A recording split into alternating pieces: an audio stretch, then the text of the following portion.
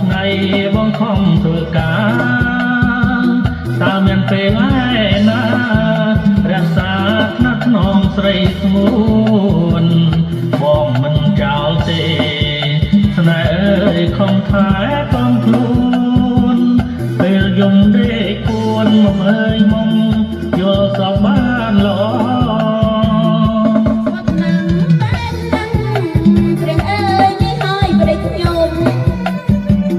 លៀងពាំងមកស្រីភ្នំ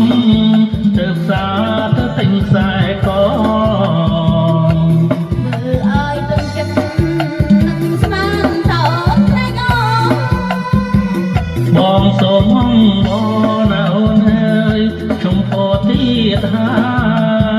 យ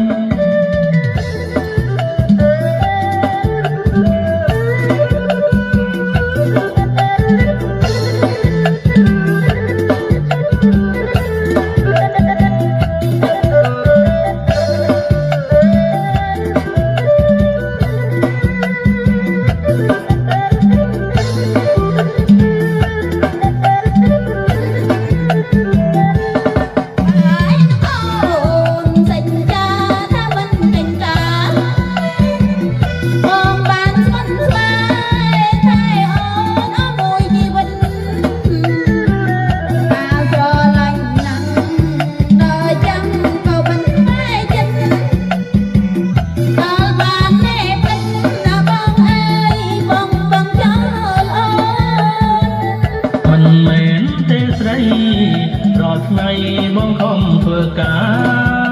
រតើមានពេលឯណារក្សាថ្នាក់ថ្នមស្រីស្ងួនបងមិនចោលទេស្នេហ៍អើយខំថែទាំខ្លួនពេលយំដេកគួនមកអើយមុំយកសពបានល្អ